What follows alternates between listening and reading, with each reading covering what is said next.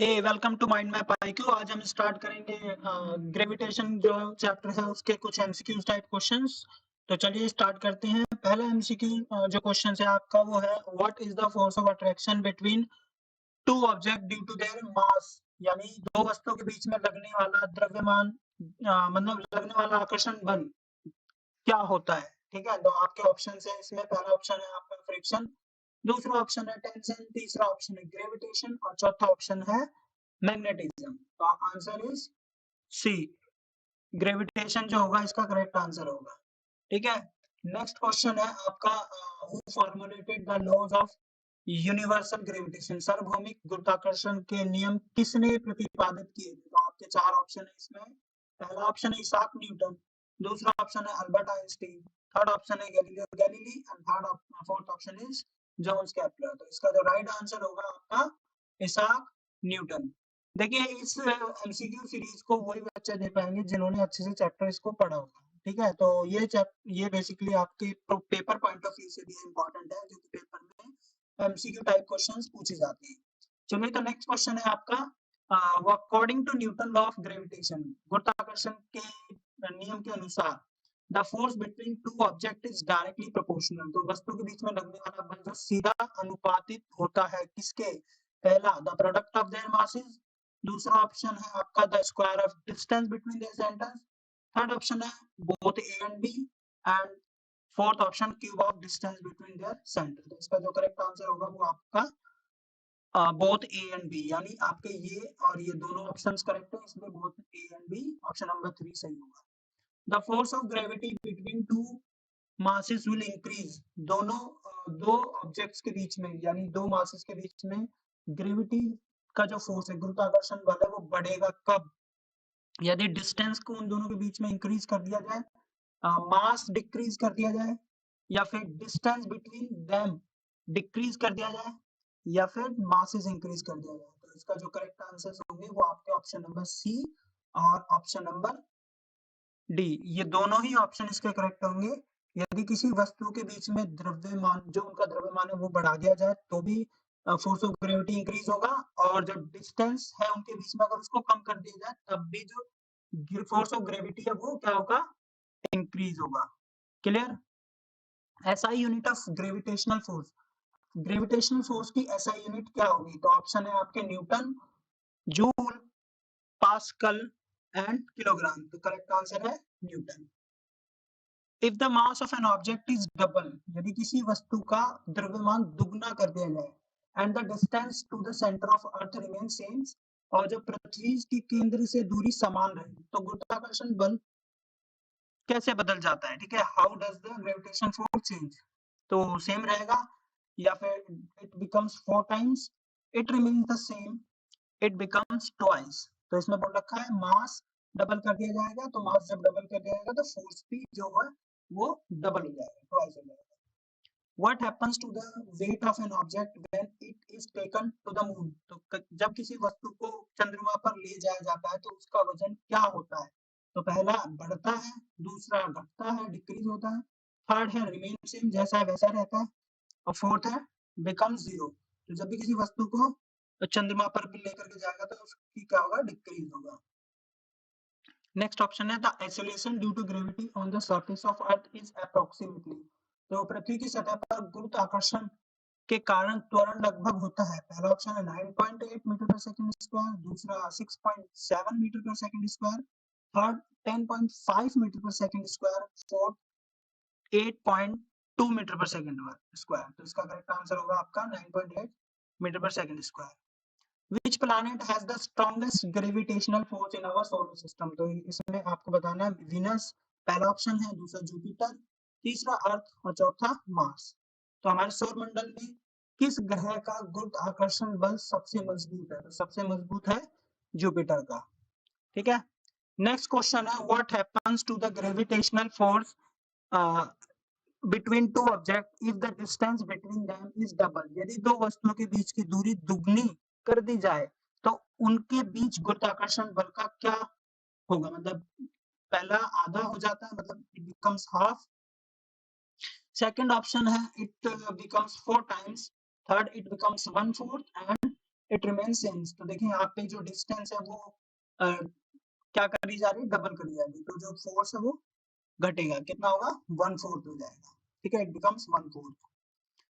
The weight of an object is the force with which it is attracted towards। तो किसी वस्तु का भार वह बल है जो किसी वस्तु की ओर आकर्षित होता है, किसमें, सेंटर ऑफ अर्थ, दूसरा sun, moon and centre of galaxy. तो इसका जो करेक्ट आंसर होगा वो होगा centre of earth. Next question है आपका, which of the following factor does not affect the gravitational force between two objects. निम्नलिखित में से कौन से कारक दो वस्तुओं के बीच गुरुत्वाकर्षण बल को प्रभावित नहीं करते। तो ऑप्शंस है मास of an object, mass of other object, distance between object और वॉल्यूम ऑफ एन ऑब्जेक्ट। देखिए फर्स्ट सेकंड थर्ड तीनों ऑप्शन जो है वो अफेक्ट करते हैं फैक्टर, बट एक वॉल्यूम है जो कभी भी किसी ऑब्जेक्ट के गुरुत्वाकर्षण फोर्स पर अफेक्ट नहीं करता। नेक्स्ट है what is the value of acceleration due to gravity. तो on the gravity on moon, मतलब मून पर, चंद्रमा पर गुरुत्वाकर्षण के कारण त्वरण का मान क्या है। तो देखिए 9.8 मीटर पर सेकंड स्क्वायर, 1.6 मीटर पर सेकंड स्क्वायर, 5.0 मीटर पर सेकंड स्क्वायर एंड 3.7 मीटर पर सेकंड स्क्वायर। तो इसका जो करेक्ट आंसर होगा वो होगा आपका option number B 1 point.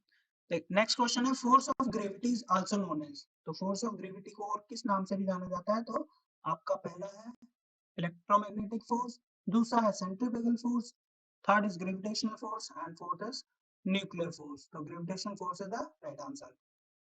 If the mass of an object is constant, how will its weight change with an increase in altitude। यानी अगर किसी ऑब्जेक्ट का, किसी वस्तु का द्रव्यमान स्थिर है तो ऊंचाई बढ़ने के साथ उसका भार कैसे बदलेगा। पहला इंक्रीज होगा, दूसरा डिक्रीज होगा, चौथा सेम रहेगा और चौथा जो है आपका जीरो। तो क्या होगा, जैसे जैसे एल्टीट्यूड पर किसी वस्तु को लेकर जाया जाएगा तो उसका जो वेट है वो क्या होगा, डिक्रीज होगा। नेक्स्ट है आपका what is the weight of an object on the surface of earth compare to its weight on surface of moon. यानी चंद्रमा की सतह पर किसी वस्तु का भार की तुलना में पृथ्वी की सतह पर किसी वस्तु का भार कितना होता है। तो ऑप्शन है सेम रहेगा, रिमेन सेम, या फिर equal, become 6 time and become 1/6 time and impossible to determine. इसका जो करेक्ट आंसर होगा 1/6 टाइम हो जाएगा। What is the shape of trajectory of an object thrown horizontally on the earth। तो जब किसी वस्तु को हॉरिजॉन्टली फेंका जाता है, क्षैतिज रूप से पृथ्वी पर, तो वो किस प्रकार का पथ, मतलब पाथ लेती है। तो ऑप्शन है straight line, circle and parabola, last is ellipse. तो इसका जो करेक्ट आंसर होगा वो पैराबोला होगा। Which of the following is not an example of gravitation force in everyday life। तो निम्नलिखित में से कौन सा रोजमर्रा की जिंदगी में गुरुत्वाकर्षण बल का उदाहरण नहीं है। तो आपके पास चार ऑप्शन है, तो चार ऑप्शन में से पहला ऑप्शन है वाटर फ्लोइंग डाउन। तो देखिए ये भी ग्रेविटेशन का एक उदाहरण है, ग्रेविटेशन बल इस पर इम्पैक्ट करता है। Apple falling from the tree, इसमें भी जो ग्रेविटेशनल फोर्स है वो इम्पैक्ट करता है। Earth pulling object toward the centre, यानी ऑप्शन नंबर जो 4 है वो भी अफेक्टेड होता है ग्रेविटेशन फोर्स की वजह से, बट जो मैग्नेट अट्रैक्टिंग आयरन, ये गुरुत्वाकर्षण बल का एक उदाहरण नहीं है। Why does a person feel weightless at the top of mountain compare to sea level. तो क्यों करता है, because lesser mass at the top of mountain, पहला ऑप्शन। दूसरा ऑप्शन है lesser gravitation force at the top of mountain, larger distance from the centre of earth and atmospheric pressure is less at the top. तो इसका जो correct answer होगा वो होगा आपका lesser distance from the centre of earth और lesser gravitational force at the top of mountain, ये दो ऑप्शन इसके करेक्ट हैं। नेक्स्ट ऑप्शन है आप, नेक्स्ट जो एमसीक्यू है आपका वो है what which of the following statement is true about free fall। तो मुक्त पतन के बारे में निम्नलिखित में से कौन सा कथन सत्य है। तो आपके कथन है पहला, object is not influenced by gravity, object experience zero acceleration, the object is in a state of weightless, object experience air resistance. तो इसका जो करेक्ट आंसर होगा object is in a state of weightlessness. ठीक है, What happens to the weight of an object when it is taken to the bottom of mine? कि जब किसी वस्तु को खदान की तली में ले जाता है तो उसकी वजन पर क्या प्रभाव पड़ेगा? पहला इंक्रीज, दूसरा डिक्रीज, तीसरा रिमेन सेम और चौथा जीरो। तो इसका जो करेक्ट आंसर होगा इंक्रीज होगा। जब भी किसी वस्तु को पृथ्वी यानी पृथ्वी के डाउन लेकर के जाया जाएगा, अर्थ की सतह से नीचे लेकर के जाया जाएगा, तो वो अपने आप को वजन उसका जो वो अधिक महसूस करेंगी। जब किसी वस्तु को पृथ्वी की सतह से ऊपर लेकर के जाया जाएगा तो वो क्या करेगी, अपने आप को वेटलेस, मतलब थोड़ा सा उसके अंदर वजन की कमी अभाव होगा। नेक्स्ट है the gravitation force between two object is inversely proportional to. तो क्या होगा इनवर्सली प्रोपोर्शनल किसके? तो ये तो सिंपल से है, the square of their masses, the product of their masses, the square of distance between their centres and the cube of distance between their centres. तो इसका जो करेक्ट आंसर होगा वो सी ऑप्शन होगा। C option is the correct answer, the distance of the square of distance between their centers. Why does astronauts appears to the weightless in space? तो space में जो अंतरिक्ष होते हैं, अंतरिक्ष यात्री होते हैं, वो भारहीन क्यों प्रतीत करते हैं? तो absence of gravity, they are too far from the earth, the spacecraft provide artificial gravity, या फिर they are in the state of free fall. तो इसका जो राइट आंसर है वो they are in the state of free fall. What is the weight of 50 kg person on the surface of earth? पृथ्वी की सतह पर 50 किलो वजन वाले व्यक्ति का वजन कितना होता है? तो ऑप्शन है 50 न्यूटन होगा, दूसरा है 500 न्यूटन होगा, थर्ड है 5 न्यूटन या फिर 490 न्यूटन। तो इसका जो करेक्ट आंसर होगा वो ये F इक्वल टू mg से आप निकालोगे, m है आपका 50, g की वैल्यू 9.8, दोनों का मल्टीप्लाई करोगे तो आपका 490 न्यूटन आ जाएगा। Which of the following is not a factor affecting the gravitation force between two objects? तो mass of one object, mass of other object, density of object और speed of light। तो इसमें जो option number 4 है, speed of light किसी भी प्रकार से ग्रेविटेशन फोर्स को अफेक्ट नहीं करता दो ऑब्जेक्ट के बीच में। ये क्वेश्चन, ये लास्ट क्वेश्चन है इस सीरीज का और इसका आंसर आपको खुद देना है। इसका आंसर हम नहीं बताएंगे, आप कमेंट सेक्शन में डालना है, देखते हैं कितने बच्चे इस आंसर का, इस क्वेश्चन का आंसर सही देते हैं। तो विच of the following is the vector quantity? निम्नलिखित में से कौन सी सदिश राशि है? तो ऑप्शंस हैं आपके मास, वेट, डेंसिटी या फिर वॉल्यूम। होप ये क्विज आपने एंजॉय की होगी।